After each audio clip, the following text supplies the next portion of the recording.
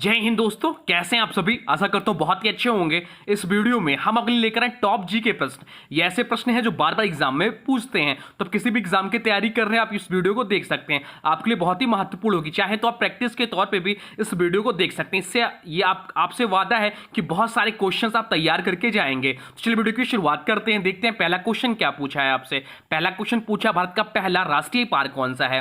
भारत का पहला राष्ट्रीय पार्क कौन सा है, यह आपसे पूछा है। जिस किसी भी प्रश्न का राइट आंसर पता है, वीडियो को पॉज करिए, राइट आंसर कमेंट बॉक्स में लिख दीजिए। इससे आपका कहीं भी गलत होगा तो आपको वह क्वेश्चन याद हो जाएगा। चलिए देखते हैं पहला क्वेश्चन क्या पूछा है आपसे।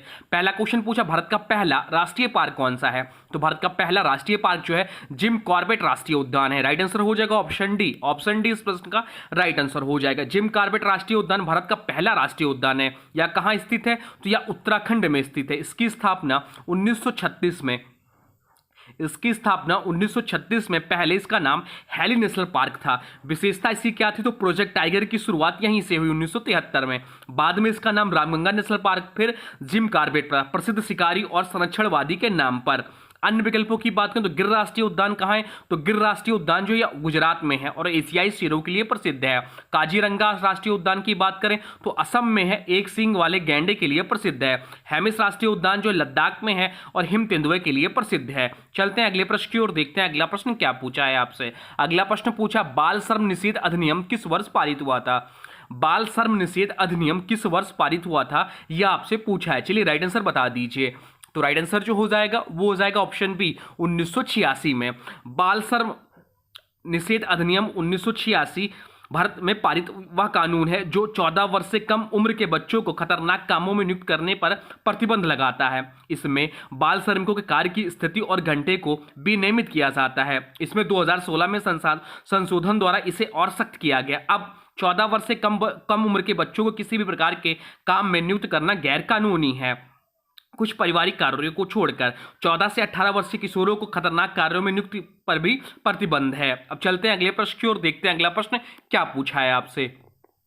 अगला प्रश्न पूछा, भाखड़ा नागल बांध किस नदी पर बना हुआ है। भाखड़ा नागल बांध जो है वह किस नदी पर बना हुआ है, यह आपसे पूछा है। चलिए बता दीजिए राइट आंसर क्या हो जाएगा। राइट आंसर हो जाएगा ऑप्शन बी, सतलुज नदी पर बना हुआ है भाखड़ा नागल बांध। भाखड़ा नागल बांध भारत का एक प्रमुख बहुउद्देशीय बांध है जो सतलुज नदी पर स्थित है। यह हिमाचल प्रदेश में भाखड़ा नामक स्थान पर बनाया गया, जबकि नागल बांध पंजाब के नागल में है। इसका निर्माण बाढ़ नियंत्रण, सिंचाई, बिजली उत्पादन और जल आपूर्ति के लिए किया जाता है। चलिए बांधों से संबंधित कुछ महत्वपूर्ण प्रश्न बताते हैं। टेहरी बांध पूछता है आपसे, तो टेहरी बांध जो भगीरथी नदी पर है उत्तराखंड में है। सरदार सरोवर बांध जो है नर्मदा नदी पर गुजरात में है। नागार्जुन सागर बांध जो कृष्णा नदी तेलंगाना और आंध्र प्रदेश के बॉर्डर पर है। हीराकुंड बांध महानदी पर बना हुआ उड़ीसा में है। और रिहिंद बांध जिसे गोविंद बल्लभ पंत सागर बांध भी कहते हैं, रिहिंद नदी उत्तर प्रदेश में है। चलते हैं अगले प्रश्न की ओर, देखते हैं अगला प्रश्न क्या पूछा है आपसे। अगला प्रश्न पूछा, भारतीय संविधान में न्याय, स्वतंत्रता, समता और बंधुत्व की प्रेरणा कहां से ली गई है। भारतीय संविधान में न्याय, स्वतंत्रता, समता और बंधुत्व की प्रेरणा कहां से ली गई है, यह आपसे पूछा। चलिए बता दीजिए। तो राइट आंसर हो जाएगा ऑप्शन डी, फ्रांस के संविधान से। भारतीय संविधान की प्रस्तावना में उल्लिखित मूल न्याय, स्वतंत्रता, समता और बंधुत्व, भाईचारा की प्रेरणा फ्रांस की फ्रांसीसी क्रांति से ली गई है। फ्रांसीसी क्रांति जो हुई थी 1789 में हुई थी। कब हुई थी ध्यान रखिएगा, तो फ्रांसीसी क्रांति 1789 का प्रसिद्ध आदर्श वाक्य था स्वतंत्रता, समानता और बंधुत्व। अन्य विकल्पों की तुलना करें तो ब्रिटेन से संसदीय शासन प्रणाली और विधि का शासन लिया गया था। अमेरिका से मौलिक अधिकार और न्यायिक पुनर्वलोकन की अवधारणा ली गई है। आयरलैंड से नीति निदेशक तत्व लिया गया है, तो इंपॉर्टेंट हो जाता है। चलते हैं अगले प्रश्न की ओर, देखते हैं अगला प्रश्न क्या पूछा है आपसे। अगला प्रश्न पूछा है, मानवाधिकार संरक्षण अधिनियम भारत में किस वर्ष लागू हुआ। मानवाधिकार संरक्षण अधिनियम भारत में किस वर्ष लागू हुआ, यह आपसे पूछा है। चलिए बता दीजिए। तो राइट आंसर जो हो जाएगा वो हो जाएगा ऑप्शन बी 1993 में। मानवाधिकार संरक्षण अधिनियम भारत में 1993 में पारित किया गया था और यही वर्ष इसकी लागू तिथि भी थी। तो वर्ष लागू हुआ 1993। उद्देश्य क्या है, तो भारत में मानव अधिकारों की रक्षा और संवर्धन। इसके अंतर्गत राष्ट्रीय मानवाधिकार आयोग की स्थापना की गई। इसमें राज्य मानवाधिकार आयोग और मानवाधिकार न्यायालय की भी व्यवस्था है। इसका जो प्रमुख होता है वो सेवानिवृत्त मुख्य न्यायाधीश होता है। राष्ट्रीय मानवाधिकार दिवस कब मनाया जाता है, यह भी एग्जाम में पूछ लेता है। 10 दिसंबर को राष्ट्रीय मानवाधिकार दिवस मनाया जाता है, यह भी ध्यान रखिएगा। चलते हैं अगले प्रश्न की ओर, देखते हैं अगला प्रश्न क्या पूछा है आपसे। अगला प्रश्न पूछा, किस अनुच्छेद के तहत सामान्य अवसर का अधिकार दिया गया है। किस अनुच्छेद के तहत समान अवसर का अधिकार दिया गया है? चलिए बता दीजिए। तो राइट आंसर जो हो जाएगा वो हो जाएगा ऑप्शन बी, अनुच्छेद 16 के तहत।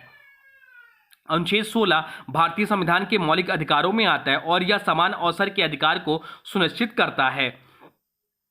चलते हैं अगले प्रश्न की ओर, देखते हैं अगला प्रश्न क्या पूछा है आपसे। अगला प्रश्न पूछा है वायसराय पद का प्रथम धारक कौन था? वायसराय पद का प्रथम धारक कौन था, यह आपसे पूछा, चलिए बता दीजिए। तो राइट आंसर हो जाएगा option C, Lord Canning. Lord Canning viceroy पद का प्रथम धारक था। लॉर्ड कैनिंग भारत के प्रथम वायसराय थे। यह पद 1858 में उस समय बना जब ब्रिटिश ईस्ट इंडिया कंपनी से शासन अधिकार हटाकर ब्रिटिश क्राउन को दे दिए गए। गवर्नमेंट ऑफ इंडिया एक्ट 1858 के तहत वायसराय का पद सर्जित हुआ। लॉर्ड कैनिंग पहले गवर्नर जनरल और वायसराय दोनों पद पर रहे हैं। 1857 की क्रांति के बाद भारत में प्रशासन को दोबारा संगठित करने की प्रक्रिया उन्हीं के समय शुरू हुई। बाकी ऑप्शन में दिया लॉर्ड माउंटबेटन, तो भारत के अंतिम वायसराय थे 1947 में। लॉर्ड डलहौजी की बात करें तो 1848 से 1856 में गवर्नर जनरल थे। इन्हीं के शासनकाल में भारत की पहली ट्रेन चली थी, भारत में पहली ट्रेन चली थी।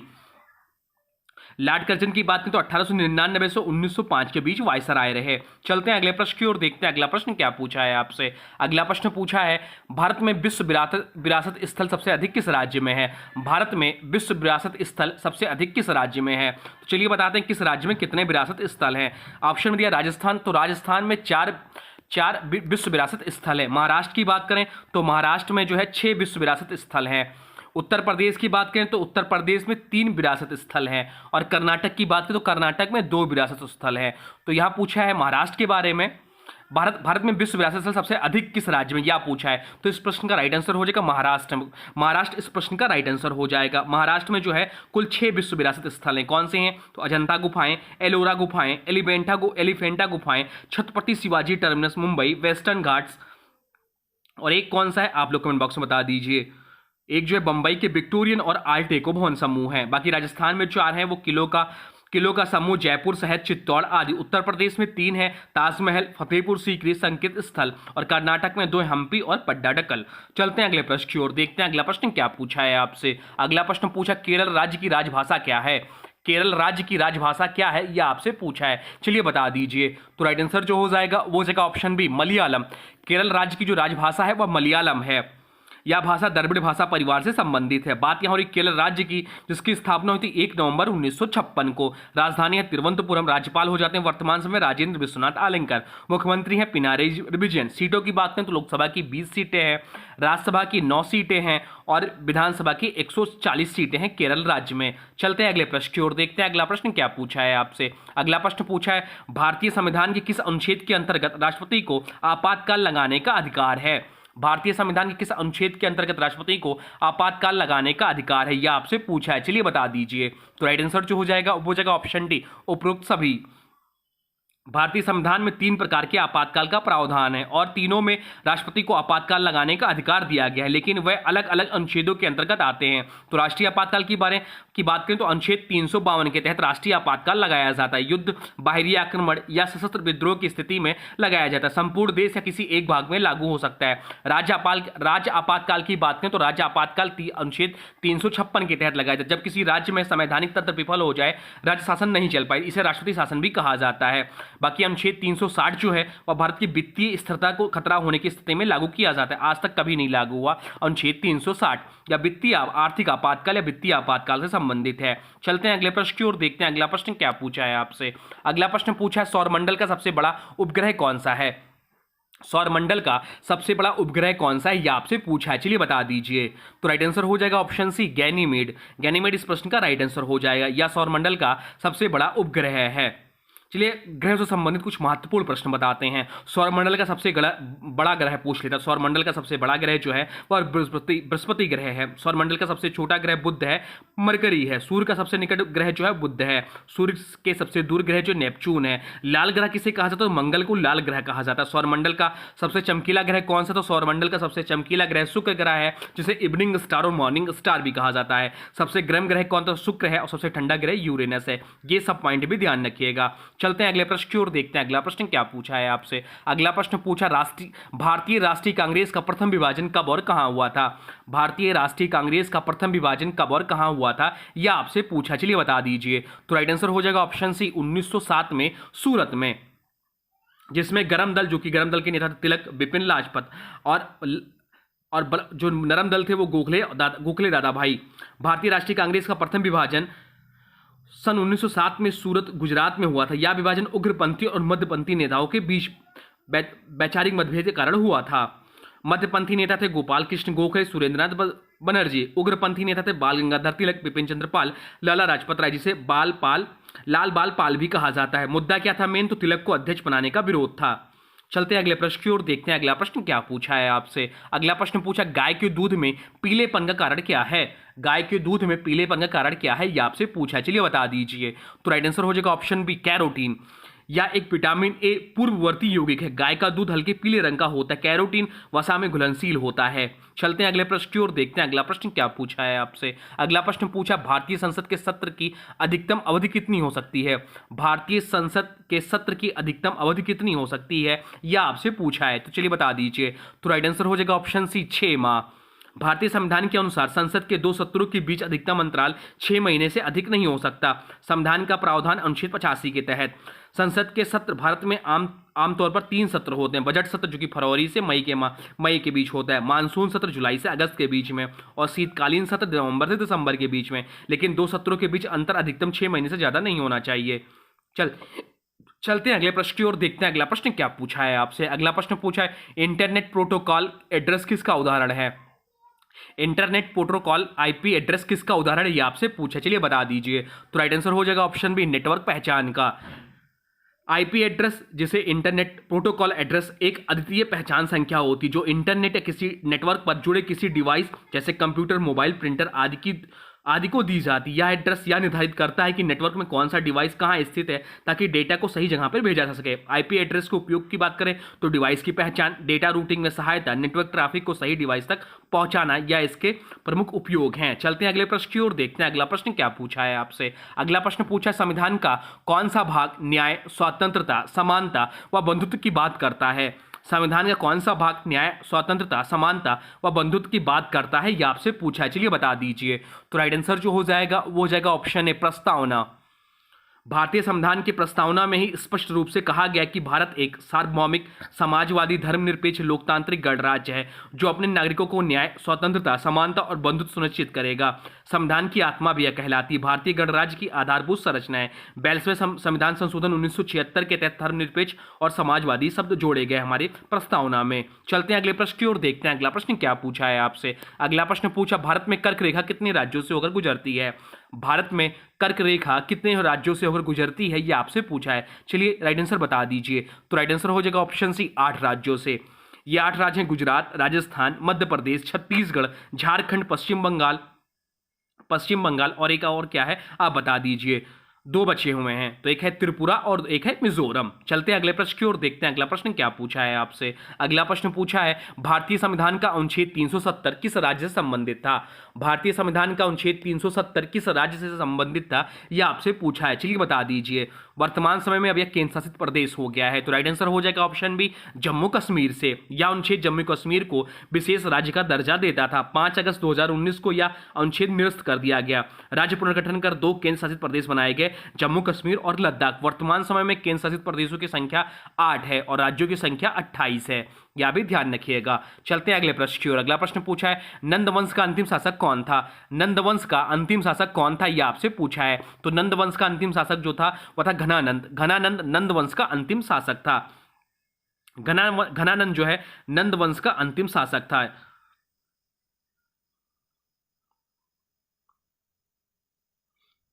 वह महापद्म नंद का पुत्र था। उसकी सत्ता के समय चाणक्य और चंद्रगुप्त मौर्य ने उसकी सत्ता को समाप्त कर मौर्य वंश की स्थापना की थी। चलते हैं अगले प्रश्न की ओर, देखते हैं अगला प्रश्न क्या पूछा है आपसे। अगला प्रश्न पूछा है, भारत की पहली स्वदेश निर्मित रंगीन फिल्म कौन सी थी? भारत की पहली स्वदेश निर्मित रंगीन फिल्म कौन सी थी, यह बता दीजिए। तो राइट आंसर जो हो जाएगा, बताइए इस प्रश्न का राइट आंसर। राइट आंसर हो जाएगा ऑप्शन बी, किसान कन्या भारत की पहली स्वदेश निर्मित रंगीन फिल्म थी। चलते हैं अगले प्रश्न की ओर, देखते हैं अगला प्रश्न क्या पूछा है आपसे। अगला प्रश्न पूछा, फाउंटेन ऑफ वेल्थ कहां स्थित है? फाउंटेन ऑफ वेल्थ कहां स्थित है, यह आपसे पूछा है। चलिए बता दीजिए। तो राइट आंसर हो जाएगा ऑप्शन है, सिंगापुर में स्थित। अभी हाल के एग्जाम एनटीपीसी के एग्जाम में पूछा गया है, फाउंटेन ऑफ वेल्थ कहां स्थित है, सिंगापुर में स्थित है, या सिंगापुर के सनटेक सिटी मॉल में स्थित है, या गिनीज वर्ल्ड रिकॉर्ड्स में दुनिया का सबसे बड़ा फाउंटेन रहा है। इसे समृद्धि और सौभाग्य का प्रतीक माना जाता है और इसमें घूमने की भी अनुमति होती है। चलते हैं अगले प्रश्न की ओर, देखते हैं अगला प्रश्न क्या पूछा है आपसे। अगला प्रश्न पूछा, अर्थशास्त्र में वह कौन सी स्थिति है जिसका उपयोग बाजार की कीमतों में वृद्धि को दर्शाने के लिए किया जाता है। अर्थशास्त्र में वह कौन सी स्थिति है जिसका उपयोग बाजार में कीमतों में वृद्धि को दर्शाने के लिए किया जाता है, यह आपसे पूछा है। चलिए बता दीजिए। तो राइट आंसर हो जाएगा ऑप्शन है मुद्रास्फीति, उसे कहते हैं इन्फ्लेशन। मुद्रास्फीति वह आर्थिक स्थिति है जिसमें वस्तुओं और सेवाओं की कीमतों में निरंतर वृद्धि होती है और इसके परिणाम स्वरूप मुद्रा की क्रय शक्ति घटती है और यह अर्थव्यवस्था में मांग और आपूर्ति में असंतुलन, उत्पादन लागत में वृद्धि या मुद्रा आपूर्ति बढ़ने से ही हो सकता है।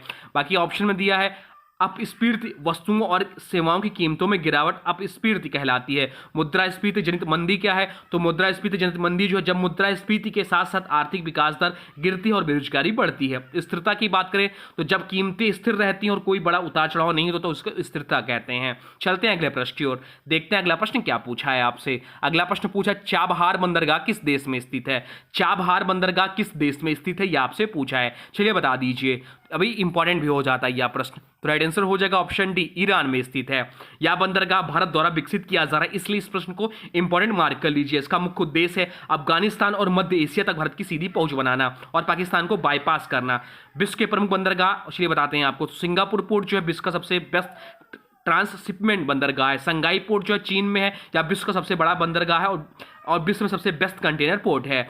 रोटरडैम पोर्ट की बात करें नीदरलैंड में यूरोप का सबसे बड़ा बंदरगाह है और हैम्बर्ग पोर्ट जो है जर्मनी में है, जर्मनी का गेटवे कहा जाता है। चलते हैं अगले प्रश्न की ओर, देखते हैं अगला प्रश्न क्या पूछा है आपसे। अगले प्रश्न को ध्यान से पढ़िए और राइट आंसर कमेंट बॉक्स में लिख दीजिए। अगला प्रश्न पूछा है, ₹10 के नोट पर किसके हस्ताक्षर होते हैं। ₹10 के नोट पर किसके हस्ताक्षर होते हैं, यह आपसे पूछा है। चलिए बता दीजिए। तो राइट आंसर जो हो जाएगा वो हो जाएगा ऑप्शन सी। क्या सी सही होगा? नहीं, सी गलत हो जाएगा। राइट आंसर हो जाएगा ऑप्शन डी, गवर्नर। भारतीय रिजर्व बैंक के गवर्नर का दस्तखत होता है ₹10 के नोट पर।